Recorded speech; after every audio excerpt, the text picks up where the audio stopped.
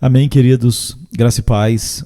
Bom poder voltar, não é, ao nosso tema aqui de a psicologia da cruz. A gente não pôde fazer na última semana, eu acho que a gente não deu para fazer nenhum, mas a gente conseguiu tempo essa semana para começarmos já a semana falando a respeito disso, e a gente pode de repente voltar mais algumas vezes essa semana ainda, né? Quem sabe?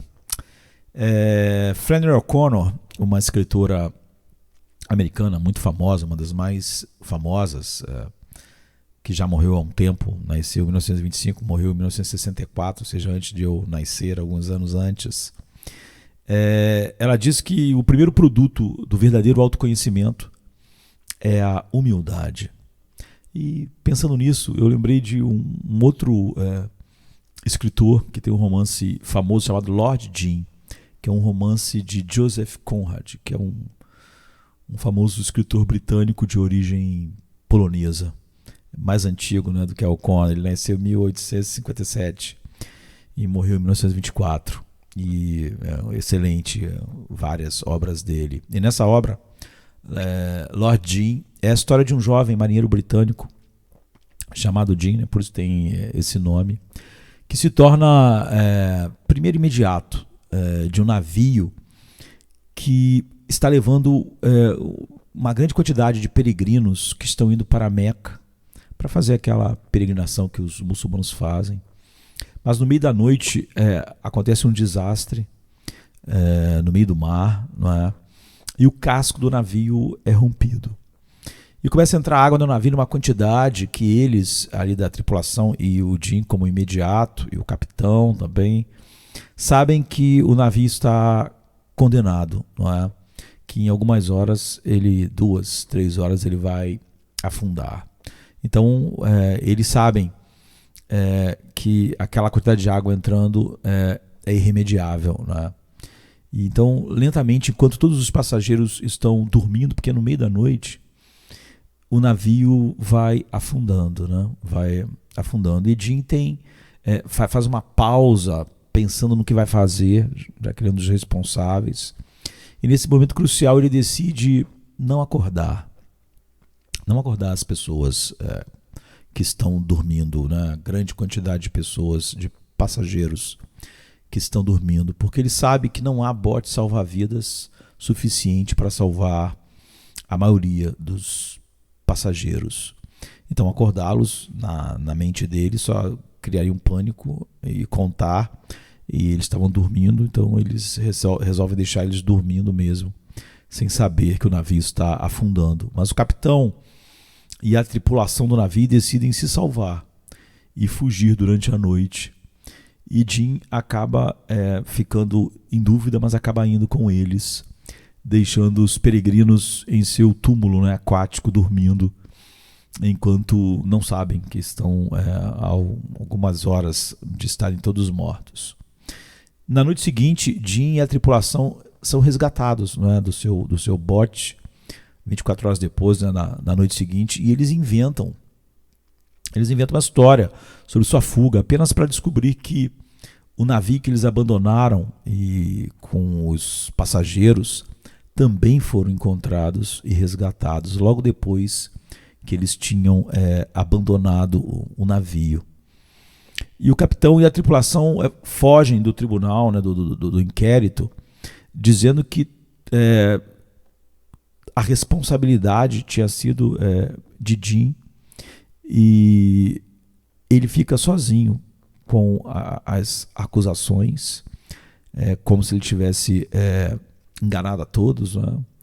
E ele fica devastado por sua covardia, e ele fica oprimido pela vergonha, porque antes disso acontecer, Jim se considerava ousado, se considerava corajoso, se considerava idealista, atencioso com os outros, que amava as pessoas, né? E, enfim, ele era o imediato de um barco cheio de peregrinos. Ele era um jovem admirável que estava crescendo rápido na carreira, mas naquele momento de teste, acorda todo mundo sem ter barco salva-vida, ou deixa pelo menos eles morrerem sem o desespero de ficarem ali, naquela coisa, naquele momento de teste, aquilo acabou revelando o verdadeiro caráter dele para ele mesmo. E agora, com o julgamento, o caráter dele para o mundo todo. Não é? E ele está arrasado com esse novo autoconhecimento. Não é? Se perguntassem pouco antes se ele deixaria várias pessoas no navio para morrer, ele acharia que jamais faria isso. Então, há um momento de autoconhecimento terrível e, ao mesmo tempo, de uma exposição de quem ele realmente é para o mundo. Então, o romance de Conrad é uma história clássica porque ela transmite, eu diria, um tema perene. A história de alguém tentando chegar a um acordo com o que já fez e nunca pode desfazer. Não é? Talvez todos nós tenhamos algo assim, não tão grave quanto o do Jim. E Jim descobriu algo sobre si mesmo que ele não gosta. E talvez o pior horror seja a percepção de que era a verdade sobre ele mesmo. Né? Ou seja, mesmo antes daquele momento crucial, aquela era a verdade. Talvez se não houvesse aquele momento crucial, nunca acontecesse algo como aquele, ele nunca visse a realidade. Como muitos talvez tenham passado a vida e nunca aconteceu um momento como aquele. Mas aquele foi um momento de autoconhecimento que só aconteceu por causa daquilo inesperado que aconteceu. Foi preciso, então, uma crise para revelar o que realmente estava no coração dele. Ele percebe que aquilo estava lá sempre, então. Mas se não houvesse uma crise, ele não perceberia. E o narrador de Conrad, né, diz a respeito de Jim, né, do personagem: acredito que nenhum homem jamais entenderá suas próprias artimanhas para escapar da sombra sombria do autoconhecimento. Não é? Mas não é apenas Jim. Não é? E, na verdade, Conrad quer mostrar exatamente isso com seu romance. Todos nós trabalhamos muito para esconder a verdade sobre nós mesmos, de nós mesmos e para os outros. Não é? Nós mesmos não queremos ver a verdade sobre nós e, óbvio, não queremos que os outros vejam a verdade sobre nós, nem nós mesmos queremos olhar, enfrentar isso. Então, humildade, já foi dito por alguém, é a realidade. É chegar a nos ver como realmente somos diante de Deus. E essa revelação sempre é dolorosa. Nós ficamos expostos diante do mundo, como o Jim fez, e nos perguntamos como vamos superar o sombrio autoconhecimento que Conrad, né, o autor do livro, descreve. Jim foi humilhado. E ser humilhado sempre é doloroso. Ao ver quem ele realmente era, ele foi humilhado, e isso é doloroso.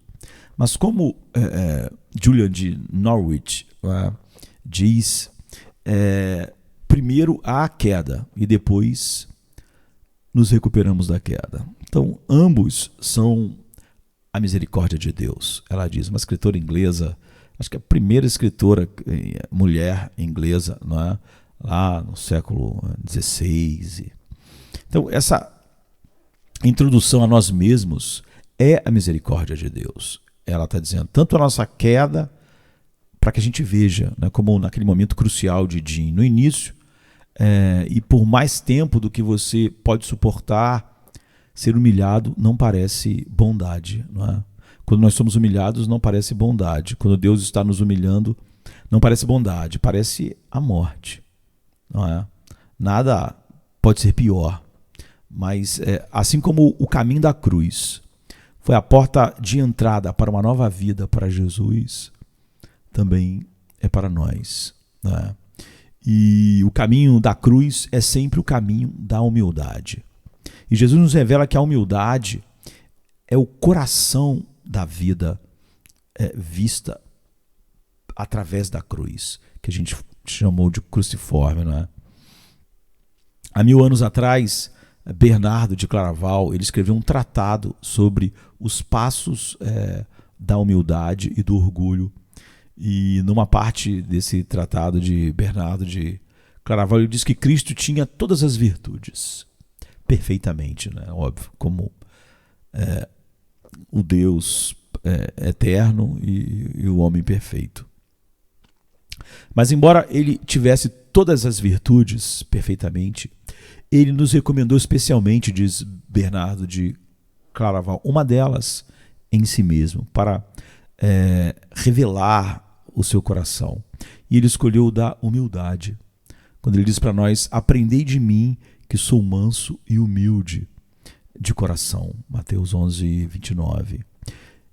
E Bernardo diz que Jesus poderia ter escolhido qualquer virtude, porque ele possuía todas em medida perfeita. Mas Jesus destacou a humildade como a principal que nós devemos aprender com ele. E Jesus nos deu um exemplo de humildade, por exemplo, ajoelhando-se diante dos seus discípulos e lavando-lhe os pés, não é? No entanto, a humildade não era apenas algo modelado por Jesus, como João 13, 14 e 15 mostra. A humildade, porque a gente pode pegar a bacia também e lavar os pés dos outros, né? A humildade é como Deus aparece para nós em Jesus. Ou seja, humildade é quem Jesus é. Cada atributo de Cristo é o que ele é, não é? Não é o que ele está emulando, não é? E a Bíblia diz que ele se humilhou. Ele se humilhou desde que ele levantou do trono. Sem o plano eterno do Pai, nem os anjos, nem os querubins, serafins, jamais poderiam, em glória, ver um Deus humilde. Não é? Todas as belezas do caráter infinito de Deus só podiam ser reveladas nesse plano eterno do Pai, né? Na aliança eterna. E a Bíblia diz então, em Filipenses 2,8, que ele se humilhou. Então, tornar-se como ele é aprender a andar em seu caminho. E ao nos chamar a humildade, Jesus nos chama a si, não é? E a humildade pode não parecer a virtude mais atraente, não é? Na verdade, não parece muito atraente para o homem. Nós podemos querer ser corajosos, sábios, justos, ser alguém que Deus usa grandemente para isso e para aquilo, mas o maior anseio é ser humilde, não é? Precisamos reimaginar a humildade para que nós possamos ter um vislumbre de quão bela e desejável ela realmente é, não é? Essencial para a psicologia da alma, que só a cruz pode, não é? Da alma humana, que só a cruz pode realmente trazer. Então, humildade é uma ideia difícil de definir. Talvez a melhor maneira de começar seja observando como é impressionante que Bernardo de Claraval, há 1000 anos atrás, tenha escrito um livro em louvor à humildade. No mundo antigo, quase ninguém valorizava a humildade. A humildade não só não era não valorizada, não é? Mas ela era criticada e era desprezada. A sociedade greco-romana, por exemplo, na qual Jesus estava e os apóstolos, era uma cultura de vergonha e honra, onde nada era mais importante, nada importava mais do que a honra da sua família, a sua honra, o seu status, a sua reputação. Então, por exemplo, um dos maiores filósofos de todos os tempos, né, Aristóteles, ele descreve o melhor tipo de homem não como aquele que é humilde, mas como aquele que exibe o que ele chamou de megalopsíquia, que literalmente quer dizer grandeza de alma. Então, o homem de grande alma é nobre, não é mesquinho. Ele se preocupa com grandes coisas, ele é digno dessas grandes coisas. E ele sabe disso. Isso não é vaidade, não é? Que é uma pessoa pensar que é maior do que realmente é. Não. Para Aristóteles, este é um verdadeiro autoconhecimento. Ou seja, o homem de grande alma sabe-se digno de grandes coisas. E o grande homem conhece sua própria grandeza e então ele vai agir de acordo com a sua grandeza. Ele goza de honra daqueles que estão aptos a honrá-lo, mas despreza a honra daqueles que estão abaixo dele.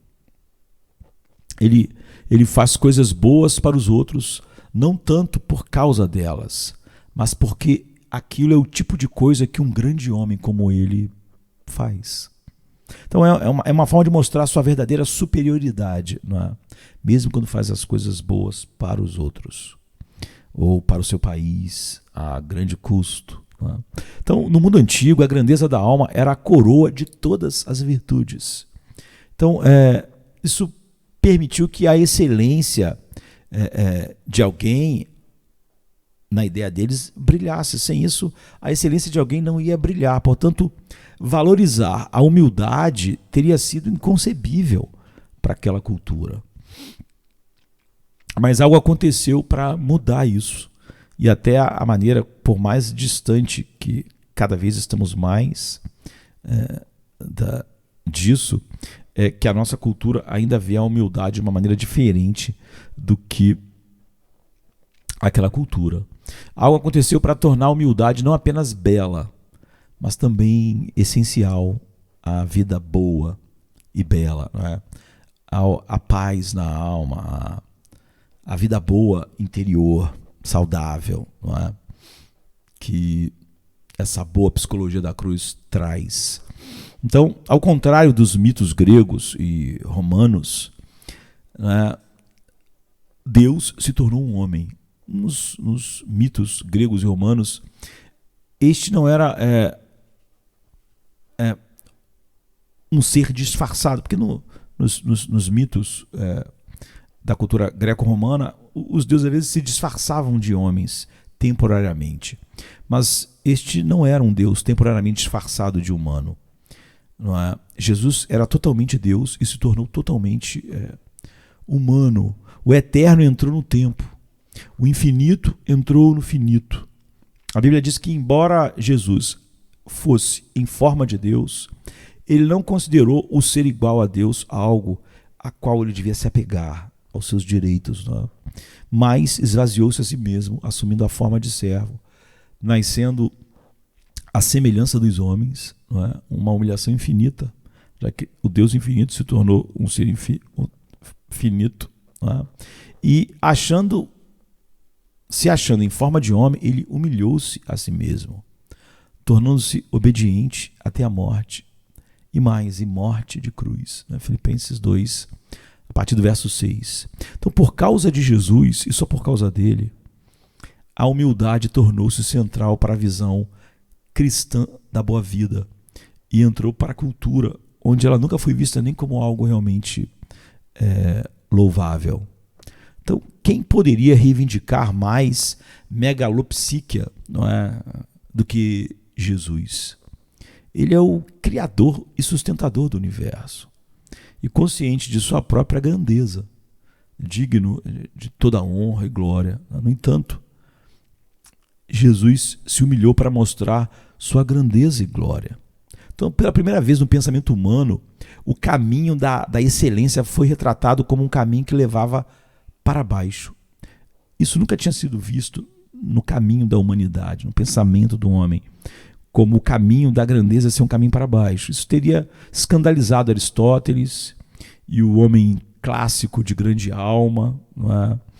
E esse escândalo continua a ofender nossas sensibilidades modernas, né? No entanto, Jesus disse que há uma coisa, acima de tudo, que ele quer que seus seguidores aprendam com ele: ser manso e humilde de coração, né? Como está em Mateus 11, 29. Então, a ponto de 4 séculos depois disso, né, Agostinho escrever que há 3 coisas essenciais para você compreender a verdade sobre Deus. A primeira é humildade, a segunda é humildade, a terceira é humildade. 14 séculos depois de Agostinho, Andrew Murray, né, ele escreveu uma obra famosa chamada Humildade, e a respeito disso, ele diz que a humildade é o primeiro dever e a mais alta virtude do homem. É a raiz de toda virtude. Onde não há humildade, nem o que parece virtude é virtude de verdade, não é? Então, se nós queremos viver a vida de acordo com a sabedoria de Deus, uma vida totalmente humana,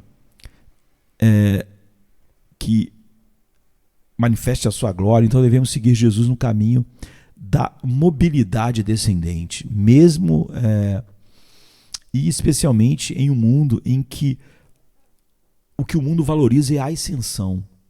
E nossa cultura em especial, a ascensão que valoriza a autoestima e promove a autoexpressão, não é? O autoengrandecimento. Então, louvar a humildade ainda é nadar contra a corrente nos nossos dias, né, como era no passado. Então, contra uma corrente que corre não apenas fora de nós, porque se a gente falasse que isso é uma corrente da cultura, mas também a gente tem que admitir que essa corrente corre dentro de nós. Humildade é uma luta, não é? E se você quer isso, você tem que ver isso como a luta da sua vida. Então, pensando nisso, nós podemos começar a pensar numa definição. Então, o que é humildade? No fundo, a humildade é uma forma de autoconhecimento. Há um famoso filósofo alemão, Dietrich von Hildebrand, né? Nasceu em 1889, morreu em 77 agora, em 1977. Ele define a humildade como o hábito de viver na verdade, né? Então, humildade é o reconhecimento de como as coisas realmente são. É um reconhecimento da verdade sobre nós mesmos em relação a Deus, em relação à criação e em relação às outras pessoas. Então, o que é essa verdade sobre nós mesmos? É uma marca da tradição cristã que o conhecimento de Deus é o conhecimento de nós mesmos, não é? O conhecimento de Deus e o conhecimento de nós mesmos está tão entrelaçado que você não pode conhecer a si mesmo se você não conhecer Deus. É assim que Calvino começa, por exemplo, as institutas, não é? E não podemos saber quem somos sem conhecer Deus. E não podemos conhecer a Deus sem saber algo sobre quem somos. Nesse sentido, humildade significa simplesmente conhecer nosso lugar diante de Deus, não é? E essa é a definição de Bernardo de Claraval na sua obra, que eu mencionei, né, de 1000 anos atrás. Ele diz assim: a humildade é a virtude pela qual um homem reconhece sua própria indignidade, porque realmente conhece a si mesmo, não é? E, como eu disse, conhece a si mesmo diante de Deus. Então, falar de indignidade está fora de moda hoje, porque você autoestima, autoexpressão, você não pode pensar que você é indigno ou falar da indignidade. Isso vai te botar para baixo, vai acabar com a sua autoestima. Então, falar de indignidade está fora de moda, infelizmente, até na igreja hoje, que expressa mais a cultura do que as pessoas podem até falar da nossa indignidade quando estão cantando os hinos, né? Mas assim que elas começam a falar, elas vão mostrar as mesmas opiniões, a mesma coisa do humanismo secular, da psicologia secular, que inundou o pensamento da nossa geração, né? Então, falar de indignidade está fora de moda, é visto como antiquado e possivelmente perigoso diante das taxas crescentes de depressão. A pessoa, se pensar que é indigna, ela tem que pensar que ela é digna, né, e tal. E o que... desculpa, tem uns latidos aqui, né, porque eu tenho cachorro, na rua tem cachorro, e o cachorro late lá na rua, os cachorros daqui respondem. Então, às vezes, nosso assunto vai ser cortado pelos latidos distantes e pertos, né? Então, o que a substituiu no século passado é a ideia frequente citada por exemplo, C.S. Lewis, de humildade como autoesquecimento. Não pensar menos de nós mesmos, mas pensar menos em nós mesmos. C.S. Lewis diz: olha, se você conhecer um homem realmente humilde, ele não estará pensando em humildade. Ele, na verdade, não estará pensando em si mesmo. Se o homem pensa em si mesmo, como ele é humilde, então isso já é o oposto da humildade. Então é interessante que Bernardo de Claraval, escrevendo séculos e séculos antes, não é, de C.S. Lewis, concorde que o esquecimento de si mesmo é o epítome da humildade. mas ele prossegue observando que esse nível de humildade é tão raro e tão difícil de alcançar que nós devemos começar com um degrau mais baixo, mais acessível na escada da humildade. Em vez de um completo autoesquecimento de si mesmo, nós devemos começar com um degrau mais baixo, que é um senso da nossa própria indignidade. Se começarmos negando a nós mesmos, nós podemos acabar esquecendo de nós mesmos, mas o caminho para chegar lá é por meio de uma autoavaliação realista. Então, humildade, diz um outro escritor, não consiste em você criticar a si mesmo, usar roupas esfarrapadas ou andar, entre aspas, de uma maneira artificial, submissamente, por onde quer que vá. A humildade consiste em uma opinião realista de si mesmo, ou seja, que você é uma pessoa indigna. Não é? Então, a humildade está voltando um pouco hoje, através de alguns escritores assim. E é até considerado um ingrediente essencial, por exemplo, dos grandes CEOs, você lê em alguns livros. Mas, na maioria das vezes, é definido de forma a eliminar qualquer indício de rebaixamento. Isso pode explicar porque o primo da humildade, né, que é a vulnerabilidade, recebe um destaque maior hoje do que a humildade. A vulnerabilidade é uma parte maravilhosamente importante da humildade. Mas a verdadeira humildade vai além da vulnerabilidade, para contar com o verdadeiro autoconhecimento. E por que isso é tão difícil? O orgulho é mentira. O orgulho é falsidade. É importante reconhecer isso porque, caso contrário, pode ser muito fácil supor que a humildade e o orgulho não sejam tão importantes assim. Nós começamos a pensar que eles são comparáveis a ter boas ou mais maneiras. Né? Você deve ser humilde, porque é ruim ficar muito satisfeito consigo mesmo. Olha, você deve ser humilde, ninguém gosta de uma pessoa que é um fanfarrão. Mas o orgulho não é uma questão superficial assim. Ele vai ao cerne de toda a nossa orientação existencial. O orgulho diz respeito à própria essência de quem somos. E muitas vezes o sinal mais seguro de orgulho é a crença de que não somos orgulhosos. Se alguém quiser adquirir humildade, creio, eu posso dizer, não é, que o primeiro passo é perceber que se é orgulhoso.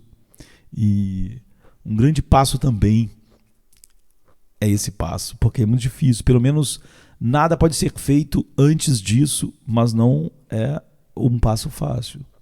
Se você acha que não é vaidoso, isso significa que você é muito vaidoso. Não é? Então vale a pena lutar contra o nosso orgulho, porque o nosso orgulho tem essa característica principal de nos cegar, nos amarrar, e certamente no fim ele irá nos destruir. Não é? Por isso que o pecado é definido basicamente como orgulho, né? O homo incurvatus em si, por Lutero, por Agostinho, etc.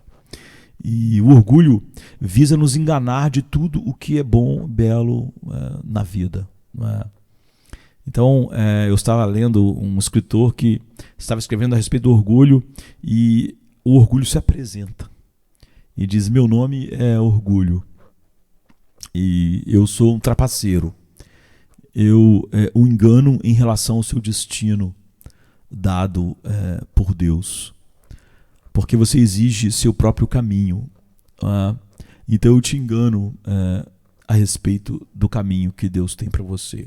Eu te engano sobre contentamento, porque eu vou dizer que você sempre merece mais do que isso. Eu te engano sobre conhecimento, porque eu vou dizer que você sempre é a pessoa mais inteligente na sala. Você sempre sabe tudo.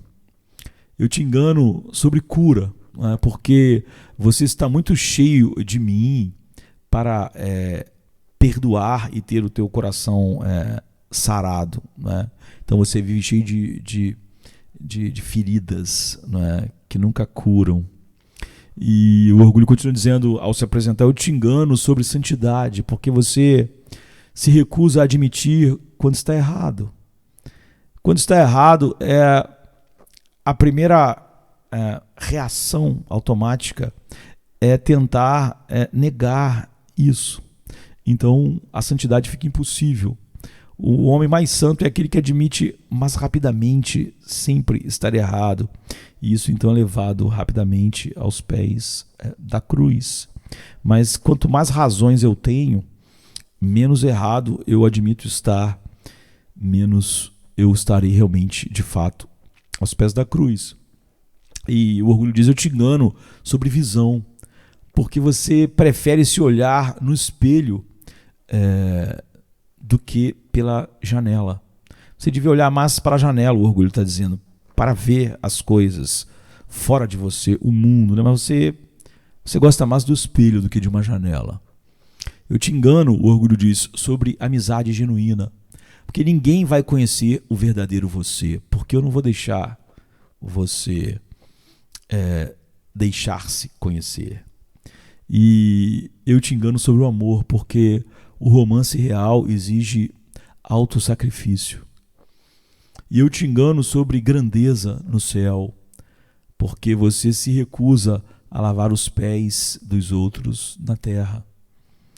E eu te engano sobre a glória de Deus, porque eu te convenço a buscar a tua glória, mesmo quando você está dizendo que está fazendo algo para a glória de Deus. Meu nome é orgulho. Eu sou um trapaceiro. E apesar de eu ser um trapaceiro, o orgulho diz: você gosta de mim, porque você acha que eu estou sempre cuidando de você. Falso, mentira. Eu estou o tempo todo querendo fazer você de tolo. Deus tem tanto para você, eu admito, mas não se preocupe, não é? Eu não vou deixar você com essa coisa inconveniente do que Deus fala. Se você ficar comigo, você nunca saberá o que Deus realmente está dizendo sobre o seu coração. Pelo menos não até ser tarde demais, não é? Então o orgulho se posiciona como uma busca pelo bem do eu. Por isso ele é tão amado, não é? Mas na verdade ele leva à escravidão e à destruição. É isso que o autor dessa apresentação do orgulho se apresentando queria mostrar. A humildade, porém, nos abre a todas as coisas boas que estão fechadas para nós por causa do nosso orgulho. Começando em Deus e descendo para tudo que nós tocamos. Então o orgulho sempre é falsidade e humildade é verdade. E essa verdade fluindo de Deus nos libertará. Nós podemos entender porque Jesus disse: aprendei de mim, que sou manso e humilde de coração, e encontrareis descanso para as vossas almas. Você vê a psicologia verdadeira, né? Que cura. Então é por isso que a humildade é central para o caminho da cruz e central para a boa vida da alma. Né? Não buscaremos humildade, muito menos vamos valorizar a humildade, até que compreendemos que a humildade de Jesus não nega a vida, dá a vida. Ele disse: aprende de mim que sou manso e humilde, e ele é a própria vida. A humildade, ela não nega a boa vida, ela é a boa vida. Então, como alguém certa vez disse, depois que ele expressou, que essa pessoa disse que o seu cônjuge expressou queixa sobre as circunstâncias, a pessoa disse que depois que o cônjuge expressou várias queixas, disse: não há muitos problemas que você enfrenta que um pouco de humildade não resolveria. Não é? Você reclama de tudo porque está faltando humildade. Né? Isso que essa pessoa que escreveu isso disse para o seu cônjuge pode ser dito para todos nós. Não é? A nossa falta de contentamento flui o tempo todo da nossa falta de humildade. Se nós tivéssemos realmente um senso profundo de indignidade, não estaríamos reclamando tanto já que nós perceberemos rapidamente que estamos recebendo muito mais do que nós somos dignos de receber diariamente, né? Então, uma vez que você acredita que a cruz realmente é o caminho de Deus para a vida boa e bela, não é? Então, em vez de temer o que te humilha, você pode se lembrar de maneira diferente: tudo o que me humilha é bom para mim. Não é bom como eu comer algo saudável, que é ruim, mas vai ser bom pro meu, sabe? Para a saúde. Quando alguém diz assim: você precisa comer brócolis. Mas brócolis é ruim. Não, mas você precisa comer brócolis porque vai se fazer bem, faz bem para os ossos, para o coração. Não é assim que a humildade é boa. Não é bom como comer o brócolis, mas é bom como a essência de um coração grato a Deus,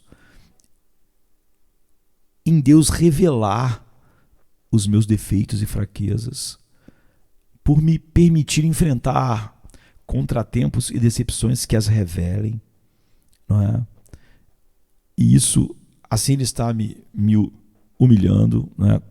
Como quando o Jim acabou tendo que enfrentar a realidade sobre o seu coração que ele nunca enfrentaria se ele não tivesse acontecido aquela coisa do navio, sofreu um acidente e ele agir como agiu sob pressão. Então, dizer a Deus obrigado por qualquer coisa que me humilhe, qualquer coisa que me aproxime da liberdade e da verdade, de ver quem eu realmente sou e quem tu realmente és. Não é? Então, tudo o que me humilha é bom para mim, porque me leva para a alegria, Deus, que tu és, e não para longe da alegria. É bom por isso. Não é? A humildade não diminui a vida, nos leva para a vida. Quando Jesus diz: eu sou o caminho, a verdade e a vida, em João 14, verso 6, ele está dizendo que o caminho para a vida é o seu caminho, o caminho da verdade, da humildade. Essa é a vida do outro lado do sombrio autoconhecimento de Conrad, não é? Quando você conhece você mesmo e quando você é levado a conhecer seu próprio coração, então é um autoconhecimento sombrio e triste. Mas a humildade é o que está do outro lado. A humildade dá às nossas almas o descanso que nenhuma realização pode dar. E nós estamos buscando a boa vida nas realizações. Nós estamos meio que indo na contramão. Então, como Jesus promete, vocês encontrarão descanso para as vossas almas. Aprendei de mim que sou manso e humilde de coração, e vocês vão encontrar descanso para as vossas almas. Né? Mateus 11, 29. Então, há algumas verdades sobre a humildade que eu queria apresentar. Queria apresentar várias, mas para o tempo não ficar muito longo, talvez 7, que são vitais sobre a humildade diante de Deus. E a gente pode tentar colocar um exercício, né, prático junto a cada uma delas, né, que a gente pode chamar isso de a graça da humildade ao praticar esse exercício. Nós estamos praticando a graça da humildade. A humildade, ela é um dom de Deus, mas nós podemos, praticando-a, o Espírito aumenta ela em nós. Como quando os nossos corpos é um dom de Deus, mas se a gente exercitá-lo, os músculos crescem, ficam mais fortes. Então, em primeiro lugar, a humildade é um reconhecimento grato de que nós somos criaturas finitas. Quando a gente é jovem, né? Quando somos jovens e a vida está indo bem e estamos no auge das nossas habilidades, o físico está no auge, é fácil sentir, ou pelo menos agir como se fôssemos invencíveis. Esquecemos que não nos trouxemos à existência e que nós mesmos, não importa o que a gente faça, como a gente não trouxe a nós mesmos à existência, não podemos preservar nossa existência.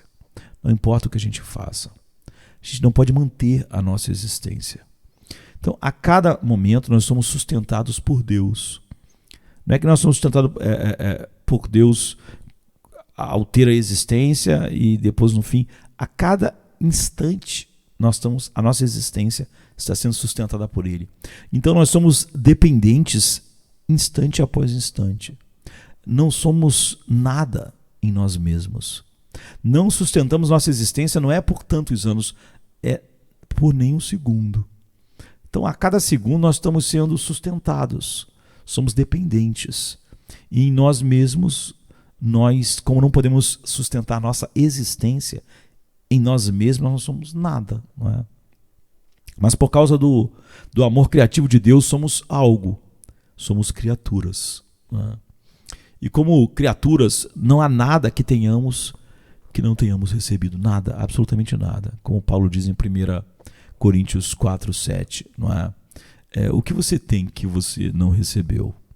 Então, humus, a raiz latina da palavra humildade, humus, significa terra. Não é? Nossos corpos vêm do pó da terra. E por um período de tempo, entre duas datas, em uma lápide, não é? Nós já temos a primeira data, só está nos faltando a segunda. Nesse período de tempo, entre essas duas datas, nós tomamos emprestado esse pó da terra. E a respiração em nossos pulmões foi soprada em nós por Deus. Todo o nosso ser é um dom. Então a humildade está enraizada na gratidão por esse presente, não é? Por esse presente básico, não é? A existência. A gente sempre diz que ao pensarmos nessas coisas que definem a humildade, nós íamos pensar no exercício. Então, o exercício para isso é você meditar em 1 Coríntios 4:7. O que você tem que não recebeu? Então pense e considere tudo o que você recebeu. Sabe? Pense em Nabucodonosor dizendo, olha a Babilônia que eu construí com minha genialidade, com minhas capacidades. E Deus disse, porque tu te exaltaste, eu vou te humilhar. E eu vou tirar a sua sanidade, você vai comer com os animais. Para você perceber que até a sanidade é um dom. Se eu tirar, amanhã você está com os bois comendo capim. Não é? A tua sanidade, a tua capacidade de pensar é um dom, tudo é um dom. O que você tem que você não recebeu? Então considere tudo o que você recebeu e agradeça a Deus por esses presentes. E pergunte a Deus como você pode servir a Ele, glorificá-lo com isso que Ele te deu. Por exemplo, a nossa mente, nossa sanidade e todo o resto, né? E como também servir aos outros. Então considere os dons que Deus deu aos outros. E pense que Deus também deu aos outros. E crie o hábito de agradecer a Deus pelos dons dos outros. Né? Agradeça a Deus por sustentar sua existência até agora e pela respiração que você está dando nesse instante, agora que você está ouvindo. E aproveita, agradeça pelo dom da audição, pelas maravilhas da tecnologia, etc.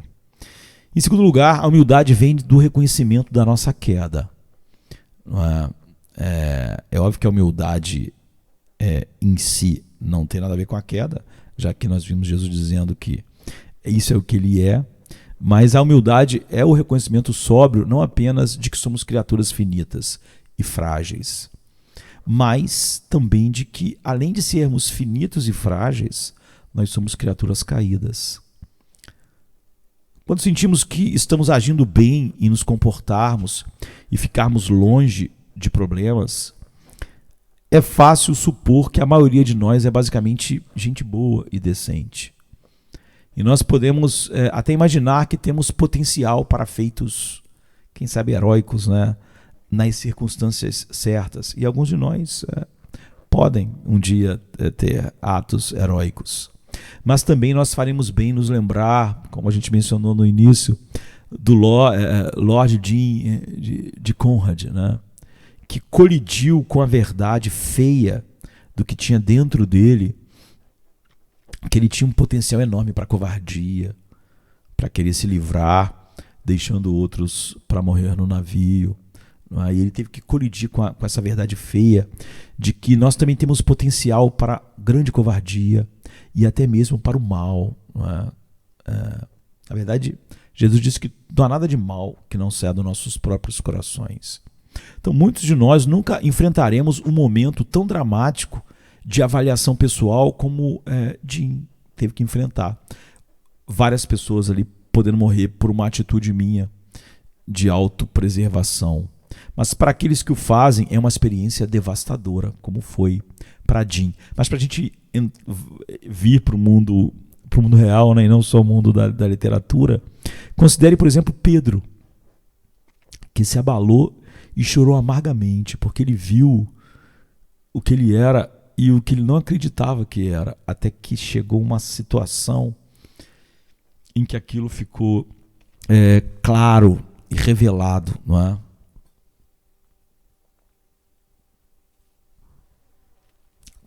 Quando ele achava que ele era capaz de atos heróicos e morrer com Cristo, mas ele o negou, então ele chorou amargamente. Por exemplo, Marcos 14:72. Nós queremos ter orgulho de nós mesmos, e Pedro tinha orgulho dele mesmo, dele ser leal, forte, fiel, né? Nós queremos ter orgulho de nós mesmos e não ter arrependimentos. E preferimos assegurar-nos de que em circunstâncias semelhantes nós teríamos agido mais heroicamente do que Jim. Quando eu mencionei a história de Jim, talvez você tenha pensado, eu jamais faria isso de deixar o navio, deixando aquelas pessoas lá, nunca faria isso. Então, foi o que Pedro disse quando Jesus disse que outros falhariam. Ele, né, disse que ele jamais. Nós gostamos de pensarmos que em circunstâncias semelhantes a de Pedro ou a de Jim aqui, nós teríamos agido de uma maneira diferente, mais heróica. Mas pergunte a si mesmo, eu realmente amei a Deus com todo o meu coração, alma e força? E ao amar Deus com todo o meu coração, alma e força, então eu amei meu próximo como a mim mesmo?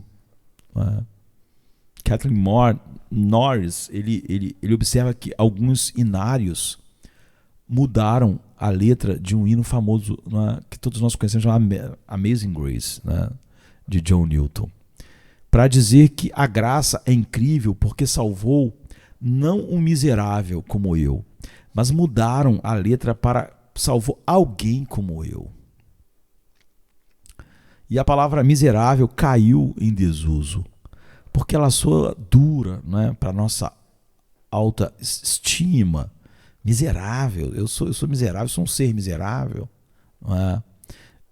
Desgraçado, talvez. Não é? Talvez algumas pessoas sejam miseráveis, mas certamente não eu. Não é? Ao que ele responde, Norris, né? Ele responde, me parece que se você nunca pode admitir ser um miserável, você não está prestando atenção em si mesmo. Não é? Então, qual é o sentido de insistir em nossa miséria? É essencial conhecer verdadeiramente a nós mesmos. E por isso é essencial para a verdadeira humildade encarar essa realidade. Não é? Mas o problema é que na nossa era terapêutica é esse sentimento de indignidade quando estamos face a face com Deus que precisamos recuperar, mas que tudo à nossa volta diz para nós negarmos e nós nos olharmos na melhor luz possível e não na luz da nossa completa indignidade e por isso miseráveis. Não encontramos isso exatamente na cruz. Você vê como só a cruz pode ter uma psicologia final para a nossa alma. Não é? Por exemplo, Bonhoeffer, não é? Que foi o pastor na época da Segunda Guerra Mundial, ele é alemão, né? Acabou sendo morto por Hitler depois de ficar um tempo preso. Ele coloca essa realidade para nós assim, ele diz, a cruz é a verdade de Deus sobre nós. A cruz é a verdade de Deus sobre nós. E quando conhecemos a cruz, não temos mais medo da verdade. Não é? Se Jesus estava lá por causa da ira infinita de Deus sobre mim, então e a cruz é a verdade sobre mim, então se nós realmente conhecemos a cruz, Bonhoeffer diz, não temos mais medo da verdade. Na cruz, nós encontramos a verdade sobre quem somos diante de Deus e o que Deus eternamente faria conosco se não estivéssemos em seu Filho, e o que fará se não estivermos. Ele não vai colocar os pecados no inferno, porque isso não existe, né? As pessoas gostam de separar o pecador do pecado, mas essa separação é impossível, porque o pecado é o que a gente sente, deseja e faz, não é? Então, em nós mesmos, nós somos miseráveis e mortos em nosso pecado e em constante revolta contra Deus. Mas em Cristo somos perdoados e reconciliados com Deus. E a humildade, então, ela está enraizada em conhecer nosso valor e nossa indignidade, não é? Ou seja, criaturas de Deus, tudo que tem é dom de Deus, e a nossa indignidade. A cruz nos mostra as duas coisas, não é? E nós podemos então fazer um exercício a respeito disso, confessando os nossos pecados, não de uma maneira geral. Sempre que você confessar seus pecados, nomeie eles. Eu senti inveja, eu estou confessando a ti, Deus, eu senti isso, eu fui assim. Nomeie os pecados, reconheça-os a Deus, mas também crie o hábito de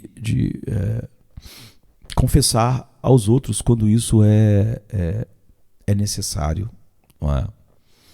É humilhante dizer em voz alta ou escrever o que fizemos ou deixamos de fazer. Quem sabe um diário, né? É humilhante dizer em voz alta, você mesmo ouvir. Por isso que às vezes a gente gosta de pedir perdão pelos nossos pecados sem nomeá-los. Inveja, orgulho, falsidade, né? Mentira. É porque é humilhante dizer em voz alta ou escrever o que fizemos ou deixamos de fazer. Não é incrível Davi ter escrito, por exemplo, um salmo, o Salmo 51, que é sobre o adultério dele, o pecado de adultério dele, e aquilo ser cantado no culto, não é? E quando fosse cantado o hino, estava lá, salmo feito quando Davi pecou, mas quão importante isso é. Então encontre essa realidade, não é? Na sua vida. Esse é um exercício importante. Em terceiro lugar, a humildade está enraizada na confiança. Às vezes, a humildade se confunde com falta de confiança. Isso é uma distorção, porque o que mais frequentemente está por baixo de nossa falta de confiança, às vezes expressa como autopiedade e autodesprezo, não é verdadeira humildade. Uma pessoa que não tem confiança nenhuma, se despreza, sente pena de si mesmo, isso não é verdadeira humildade em si. Na maioria das vezes isso é orgulho ferido, um amor próprio ferido. Nós estamos arrasados porque fizemos algo, não porque nos deparamos com algo que agora vai nos levar à humildade, mas nós estamos arrasados porque nós pensávamos que nós éramos melhores do que isso. Nós pensávamos que nós não éramos capazes de fazer isso, né? E isso é orgulho, não humildade. Thomas Merton, ele tem uma frase maravilhosa para essa autoaversão, que está cheia de autopiedade, né? E até que as outras pessoas sintam autopiedade. Ele chama isso de humildade do inferno. E é um bom nome, né? E muitas pessoas que falam sobre sua baixa autoestima, elas estão cheias de humildade do inferno, né? Então a cruz nos mostra nosso verdadeiro valor, não é? O propósito pelo qual Deus nos criou e a única razão pela qual Ele nos salva. E a cruz declara nosso valor fixo aos olhos de Deus. Jesus morreu por pecadores como você e eu, totalmente indignos, só para mostrar a glória da sua graça. Então a verdadeira humildade não é a ausência de confiança, ela é baseada em nossa confiança em outra coisa, não é? Que não está centrada em nós mesmos. E humildade não é timidez, não é? Uma pessoa tímida, humilde. É confiança. E confiança em quem nós somos em Cristo, e em Cristo somente. Amados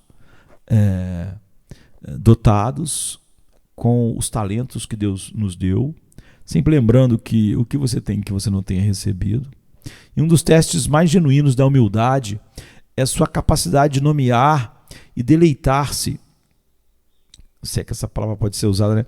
Com seus dons particulares e como você reage quando é elogiado. É o que Provérbios 27 e 21 diz.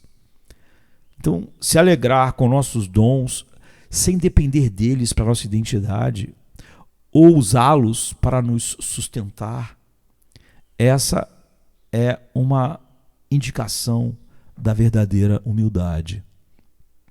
Todos os seres humanos possuem uma necessidade imperecível de serem conhecidos, de serem vistos e reconhecidos, de que os outros nos vejam e digam: é bom que você seja assim, é bom isso aqui.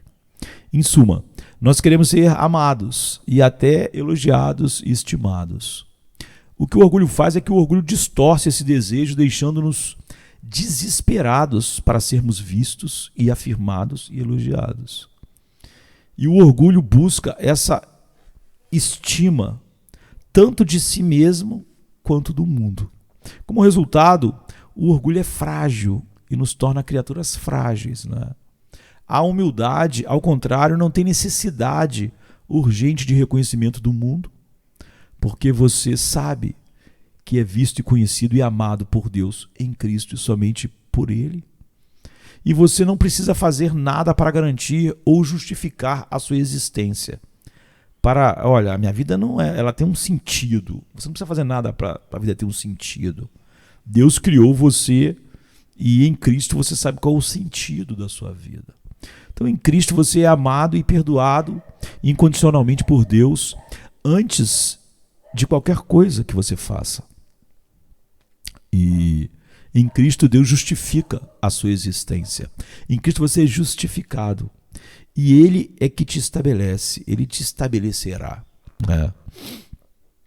E o exercício para isso é pregue, eu diria, o Evangelho para si mesmo diariamente. Lembre-se dessa verdade contínua do Evangelho. Eu estou em Cristo e Cristo está em mim. Essa é a base a partir da qual eu vivo e ajo. Eu já sou amado em Cristo. Minha existência já está justificada, não tem que justificar a minha existência. A minha existência já está justificada antes que eu faça qualquer coisa. Em quarto lugar, a humildade é movida pelo amor. Como podemos dizer a diferença entre falsa humildade e orgulho, a falsa humildade do orgulho ferido e a verdadeira humildade da confiança em Cristo? A verdadeira humildade é movida pelo amor. Ela ama e se move em direção aos outros porque sabe que é amada por Deus. É por isso que ela não está carente pecaminosamente pelo amor à sua volta, pelo reconhecimento, etc.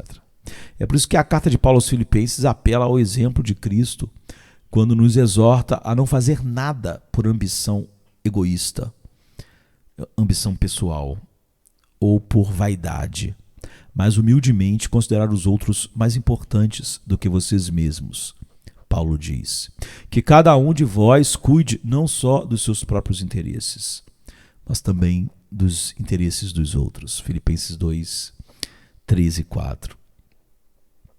Quando a gente faz isso, a gente está seguindo o exemplo de Cristo, que por causa de seu amor por todos aqueles que o Pai deu a ele, ele assumiu a forma de servo. E por causa do seu amor infinito pelo seu Pai, para mostrar a sua glória, ele assumiu a forma de servo. Né? Versos 5 e 7. E seu caminho foi sempre descendente. Foi uma descida de amor. Na hora que ele levantou do seu trono até a cruz. Sempre foi descendente.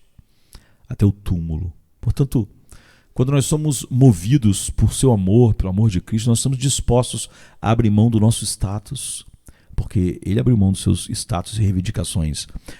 Ele sendo e existindo em forma de Deus, não teve por usurpação, não se agarrou ao status de que ele era o Deus, e nem reivindicou, né, direitos e reputações, nós podemos abrir mão de nossos status, reivindicações, direitos e reputações para a glória de Deus e para o bem dos outros. Não é? Foi assim que Paulo pegou todo o seu currículo e todas as suas coisas maravilhosas, e não as feias, pecaminosas, e disse: tudo para mim é esterco perto de conhecer a Cristo. Então, o motivo de nosso amor e serviço aos outros, a Deus, a glória de Deus, e atingir os outros, é o conhecimento de que nós somos amados por Deus. Esse é um ponto crucial, porque pode parecer que humildade é simplesmente pensar que todo mundo é melhor do que você e que você não vale muito. Mas a humildade não consiste em abaixar a cabeça ou ter uma opinião miserável de si mesmo. Nós somos miseráveis, né? Não por causa da nossa opinião, mas porque nós somos os mesmos. Miserável homem que sou, quem me livrará do corpo dessa morte? Isso pode parecer humilde quando você simplesmente se acha miserável por causa do orgulho não gratificado, né? Porque você parece ter uma opinião ruim de si mesmo. E se você tem uma opinião ruim de si mesmo, então isso é humildade. Mas porque essa opinião baixa está cheia de vergonha, de arrependimento, de amargura, de tristeza, então não é verdadeira humildade. A arrogância e o desespero são dois lados da mesma moeda. Mas parece que não, né? Porque a arrogância e o desespero, né? Um arrogante... Então, uma é uma visão inflada de si mesmo, não é? Que é a arrogância. E a outra é uma visão esvaziada, ou é o balão que foi furado, né? Mas o orgulho e a autopiedade compartilham uma preocupação excessiva conosco mesmo. E a preocupação excessiva conosco não pode dar origem a um amor genuíno pelos outros. Ou seja, não pode estar sendo criado em nós por vivermos para a glória de Deus, portanto não pode gerar um amor genuíno pelos outros. A falsa humildade não correrá riscos ao cuidar realmente dos outros, não riscos finais para a própria, para aquilo que a pessoa realmente valoriza como aquilo que a afirma ou justifica a sua existência. Então pode ser bom, mas não é amoroso. Então ele pode ouvir com atenção, mas para quando as palavras são duras, porque a falsa humildade depende muito das opiniões dos outros. E a verdadeira humildade, confiante no amor de Cristo, pode mostrar amor genuíno, pode estar disposto a deixar os bons pensamentos dos outros sobre você para poder ajudá-los. Não é?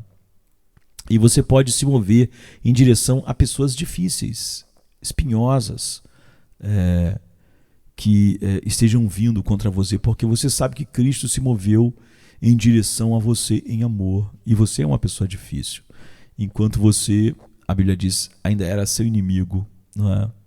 E mesmo agora, há tantas coisas difíceis em mim e em você. Então, a humildade liberta você da preocupação consigo mesmo para se concentrar e poder, então, ser realmente uma bênção na vida das outras pessoas. Em quinto lugar, a humildade é uma resposta alegre à realidade além de nós mesmos. Como você pode escapar da prisão do orgulho para a liberdade da verdadeira humildade? Deixa eu beber um pouco de Coca-Cola, senão meu pensamento não fica tão bom. Coca-Cola é um bom combustível para mim. Então, simplesmente tentar se tornar humilde é como tentar escapar da areia movediça. Quanto mais você luta para se libertar da areia movediça, mais você afunda. É como um bicho tentando escapar da teia de aranha, né? Quanto mais ele se mexe, mais amaranhado ele fica. Então, embora a gente deva estar em guarda, vigilantes contra o orgulho, não é? Você não pode desenvolver humildade olhando para si mesmo e tentando se surpreender no ato de ser orgulhoso para pensar, opa, aqui. Não é? ou de ser humilde, né? Aliás, se olhar para achar os lugares onde você pode ser humilde. O que realmente nos ajuda a obter uma autoestima verdadeiramente humilde é encontrar a realidade além de nós mesmos. Então, um exemplo que seria simples disso é quando você está envolvido em atividades que o tiram de si mesmo. Há muitas atividades que fazem isso conosco, só como um exemplo, né? E isso vem em momentos de aprendizado, em que você está tocando instrumento, ou está jogando, praticando esporte, jogando futebol. E acontece mesmo quando você está imerso, mesmo assistindo, por exemplo, um jogo de futebol. Em vez de você refletir sobre si mesmo em relação ao jogo, você não pensa em si mesmo. O mesmo acontece quando você está, por exemplo, jogando ou assistindo. Por exemplo, o seu time, ele faz uma jogada incrível e sai um gol, você se levanta e torce se a jogada está próxima do gol, ou você pula se foi gol.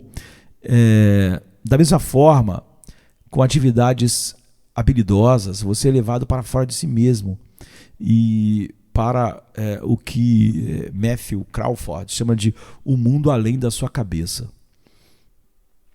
Ou seja, os filósofos existenciais, eles descrevem isso com a palavra grega êxtasis.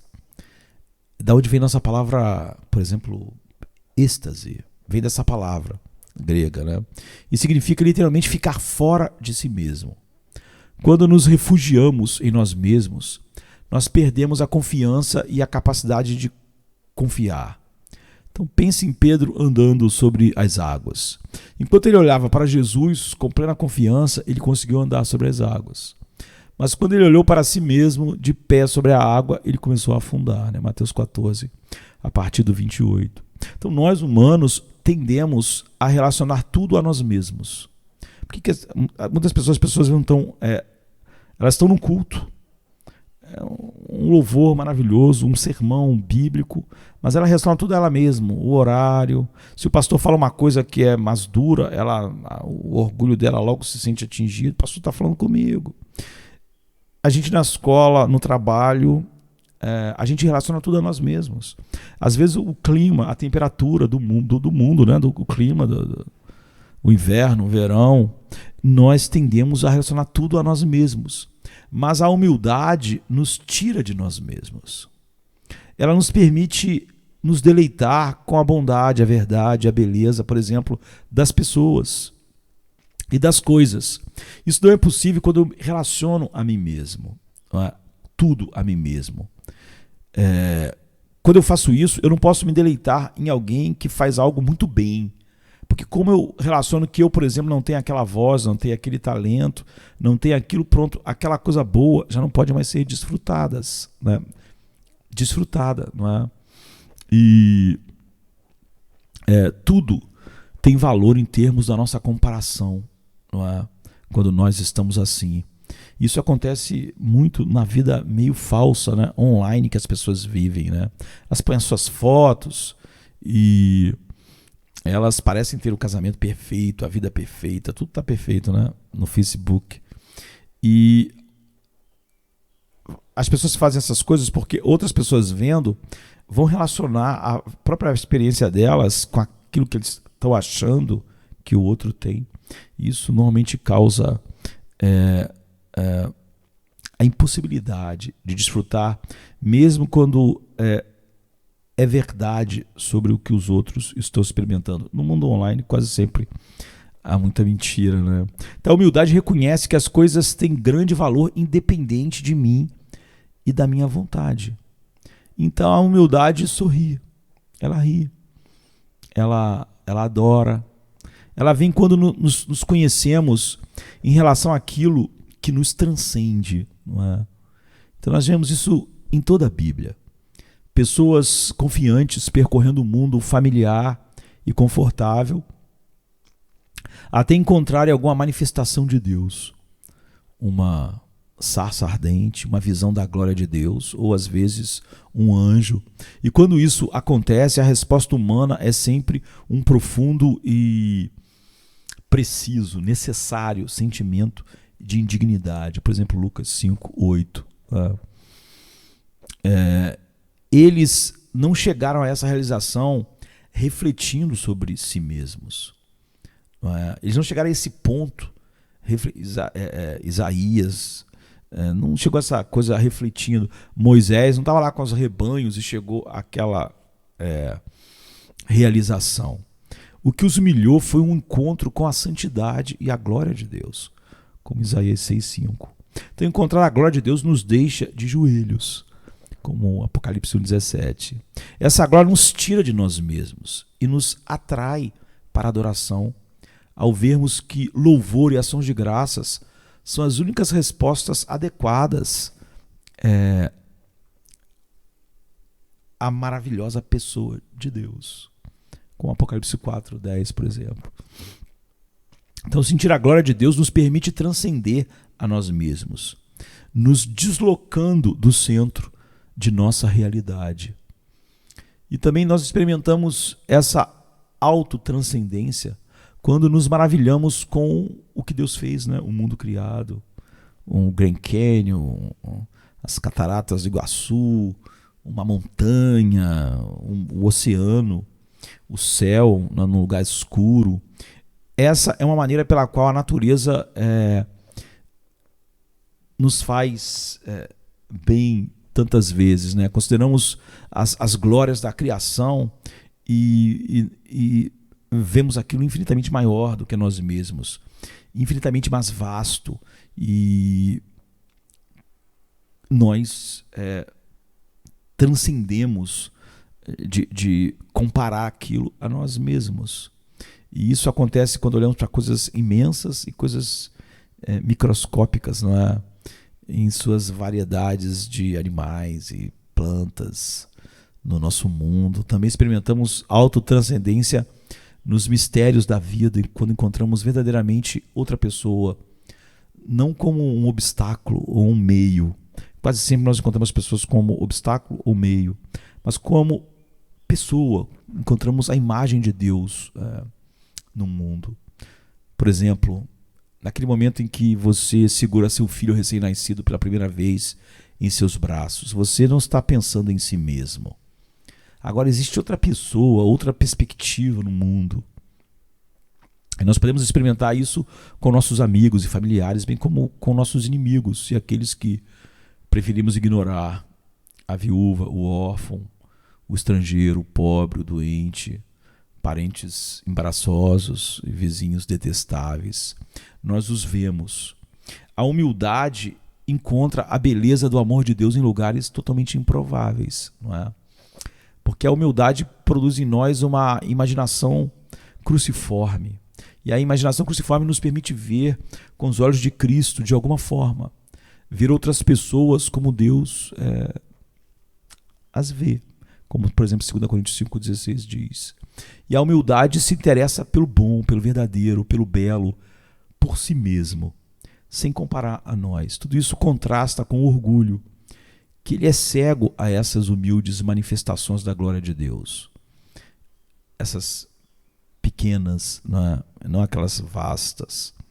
E quando o orgulho percebe a glória em outras pessoas e coisas, ele se ressente dessa glória como uma ameaça à sua própria glória, não é? Porque o orgulho ele busca a sua própria glória. Então ele é hostil a todos os rivais. Então ele não pode ver essas coisas de uma maneira que transcenda ele, a beleza de alguém, os talentos de alguém, os bens de alguém, o casamento de alguém, o romance de alguém. A saída desse orgulho é o caminho da cruz, que está morrendo, que está morrendo para nós mesmos e está morrendo para a busca da nossa própria glória. Então humildade significa ser deslocado para que não vejamos mais nada conosco no centro, não é? Para que a gente não se veja no centro da realidade, mas não podemos ser deslocados a menos que algo ou alguém substitua esse lugar. Não há vácuo aqui. E é por isso que o caminho para a humildade não é focar em si mesmo e tentar determinar se somos humildes ou não. Em vez disso, é a prática de nos tornarmos cada vez mais sintonizados com toda a glória, bondade, verdade e beleza além de nós mesmos. Começando, é óbvio, com a toda a beleza de Deus e com a beleza que Ele criou e a beleza que flui dele nos outros. Paulo diz: o que você tem que você não tem recebido? Então as pessoas ganharam talentos e o mundo que Ele criou, enfim, todas as coisas, né? Nós nos tornamos cada vez mais sintonizados com toda a glória, bondade, verdade e beleza além de nós mesmos. Essa é a maneira mais segura de nos perdermos e, paradoxalmente, então, nos encontrarmos, nos conhecermos. E um exercício para isso é você passar algum tempo em adoração. Essa é a melhor e mais verdadeira maneira de ser retirado de si mesmo, né? Aprenda a adorar a Deus em vários lugares. Em primeiro lugar, com a igreja, não é? Mas também deleitando-se em sua glória ao longo da sua vida diária, com o que Ele está fazendo nos outros, naqueles que Ele está salvando, mas também com o que Ele faz naqueles que, apesar dele não estar salvando, Ele está dando tantas coisas incríveis, tantas coisas boas e tantos talentos, enfim. Em sexto lugar, humildade significa tornar-se como uma criancinha. Uma das declarações mais famosas de Jesus sobre humildade veio em resposta à pergunta dos seus discípulos, que era uma pergunta oposta, né? Quem é o maior no reino dos céus?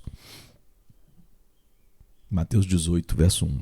Jesus respondeu pegando uma criança que estava entre eles, trazendo a criança, dizendo: em verdade vos digo que a menos que vocês se convertam e se tornem como uma criança, nunca entrarão no reino dos céus.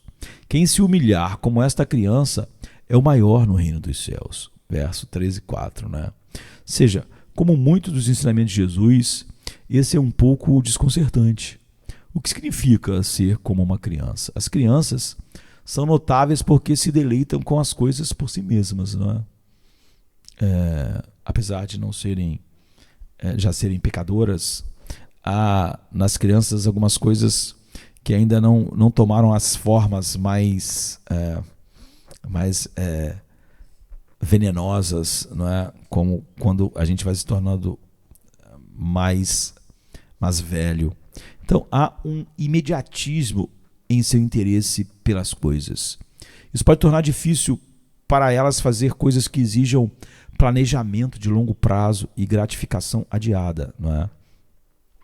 Como, por exemplo, praticar piano. Você só vai ter a gratificação disso, às vezes, daqui a 1 ano, 2, 3, ou estudar inglês. Você vai colher os frutos muito na frente. E isso é parte da maturidade, não é? Está crescendo assim. Mas essa maturidade traz consigo o próprio perigo, não é? Que as crianças ainda não têm, que é o de ver tudo em termos de como isso vai nos afetar. Isso é o que vemos com a maioria dos adultos que interagiam com Jesus. Eles estavam tentando avaliar quem ele era e o que ele significava para os seus programas e projetos religiosos, como hoje. As pessoas pensam em Jesus, mesmo nas igrejas mais saudáveis, como isso vai ser bom para o meu casamento? Por que a gente tem tanta coisa assim, encontro de casais, encontro de jovens? É porque a pessoa só consegue pensar em termos dela mesma, e ela é jovem. Então o que Jesus tem para os jovens? Ela é casada, o que Jesus tem para o meu casamento? Ela é trabalho, o que Jesus tem para... O que Jesus tem para uma pessoa madura? O que Jesus tem? Então, as pessoas que interagiam com Jesus, estavam sempre tentando avaliar ele na maneira com que o que ele significaria para os seus programas, seus projetos, mesmo religiosos, né? E os comuns. Como ele me afetou, ou como ele vai me afetar, como Jesus se encaixa com meus planos, como ele satisfaz suas ambições e suas expectativas para a idade que você tem, para o seu casamento, para isso e para aquilo. As crianças que encontraram Jesus se aproximaram dele com um simples prazer em quem ele era, não é? Sem esse pensamento, no que eu vou... Eles foram atraídos simplesmente por sua bondade, amor, beleza, sua atratividade. Eles queriam estar com Jesus, Marcos 10,16. Então considere a história do jovem rico que se aproximou de Jesus e perguntou: bom mestre, o que devo fazer para herdar a vida eterna? Lucas 18:18.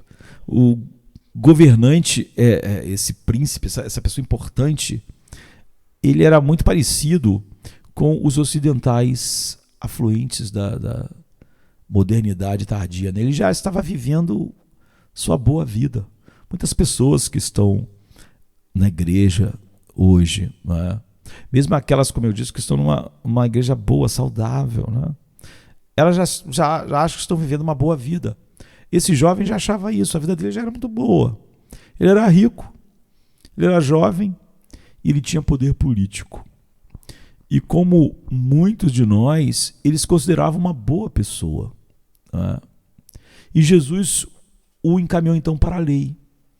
E esse jovem importante relatou que ele ele nunca tinha cometido adultério, assassinato, ele nunca tinha roubado ou mentido. Ele disse que ele havia honrado os seus pais, né? Ele seria então um genro ideal para qualquer pai e mãe. Ele só precisava de um último elemento para completar sua boa vida. E é isso que ele está buscando, né? Aquela última coisa, a última que está faltando. Mas ele já tinha muitas coisas maravilhosas, né? Saber como herdar a vida eterna. Então, Jesus viu isso e lhe disse: vende tudo o que você tem e distribua aos pobres, e você terá um tesouro no céu. E vem e me segue, no verso 22. Então, como de costume, Jesus foi direto ao cerne da questão.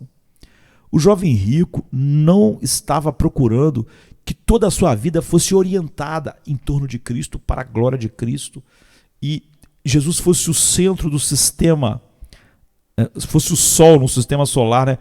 Ele não estava buscando Jesus para que a sua vida fosse orientada em torno de Cristo, para que seu casamento, para que o uso do seu dinheiro, para que o uso de todas as coisas fosse orientado em torno de Cristo. Ele estava apenas procurando adicionar um último ingrediente religioso para completar o que já era uma vida muito boa, não é?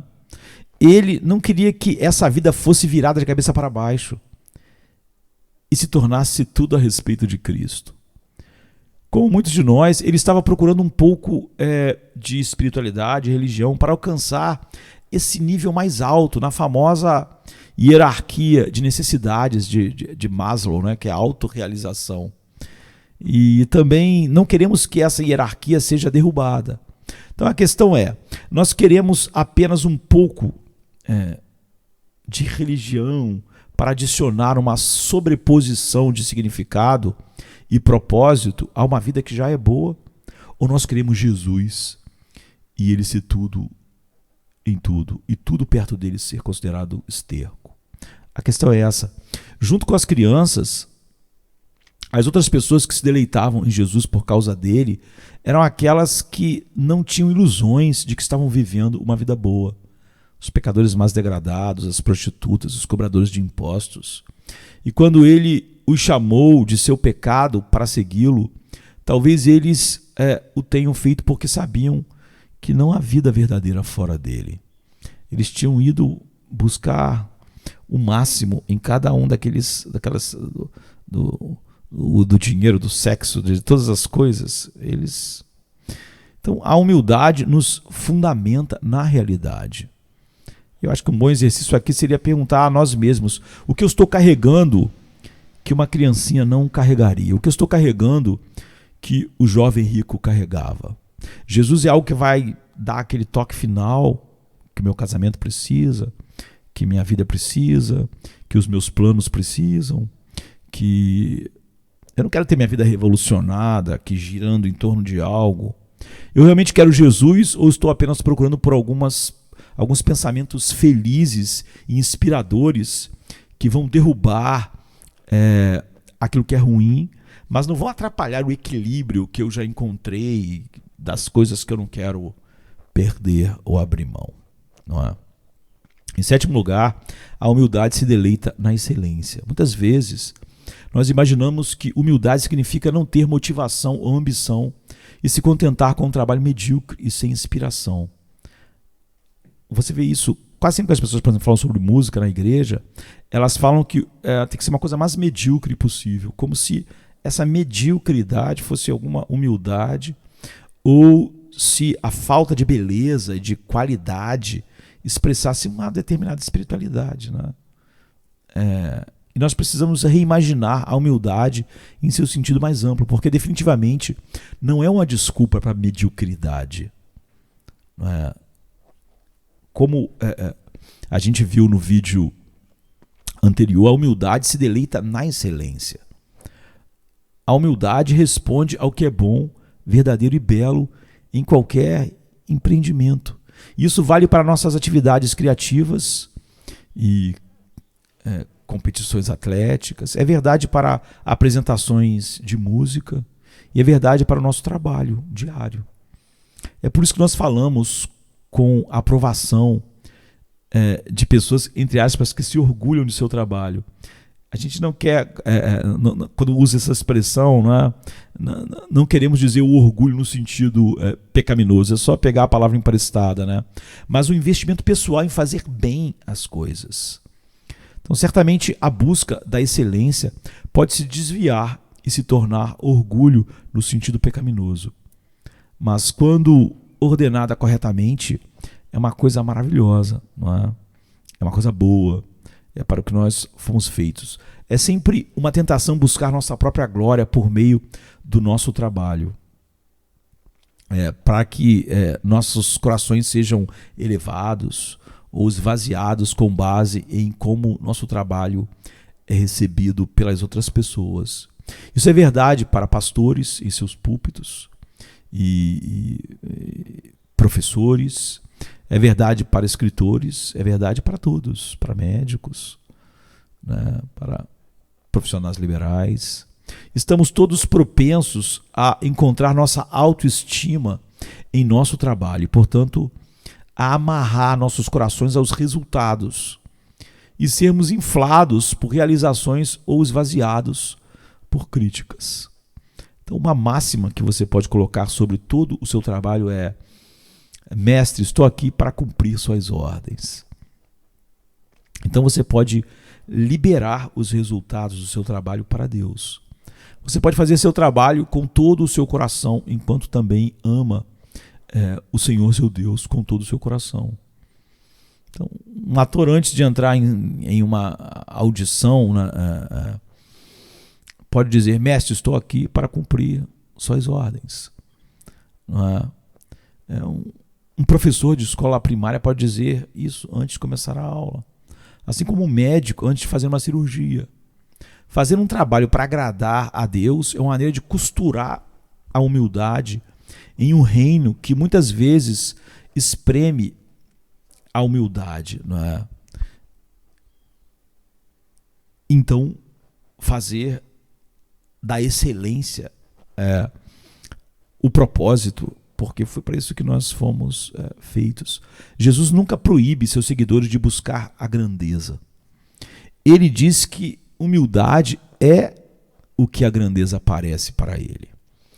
Ou seja, é o que é de verdade. Ele não diz que você não deve buscar ser a grandeza. Ele só está dizendo que a grandeza que você busca é errada. Ele não parece envergonhado com o nosso desejo de ser recompensado ou nossa aspiração de ser considerado grande. Ele apenas redefine a grandeza. Ele diz que esse é o tipo de grandeza que ele quer que nós busquemos. Aprender a ser um servo de todos. Quem será o maior? Aquele que for servo de todos. Mateus 20, 26. Para Jesus, nossa grandeza pode ser medida por nossa humildade. E a humildade se deleita na grandeza. Não como um meio de autoglorificação, mas na glorificação de Deus e no serviço aos outros. A humildade, ela aspira a fazer um trabalho excelente para que seja uma bênção para os outros e para que mostre a glória de Deus, para que seja algo vivificante. E naqueles momentos em que nosso trabalho acaba sendo um pouco menos do que nós esperávamos, a humildade também aceita isso com alegria, não é? E eu gostaria de fazer algo ainda melhor, mas eu estou aqui nos limites do dom que Deus me deu, não é? E eu me contento com isso, porque como eu não estou disputando nada com ninguém e nem querendo construir minha estima no que eu faço, então eu posso me alegar plenamente com aquele máximo que é aquém do máximo de outras pessoas. Então um exercício bom para isso é contemple o mundo criado à sua volta, né? Seja no mundo natural ou nas atividades humanas, na arte, na ciência, na cultura.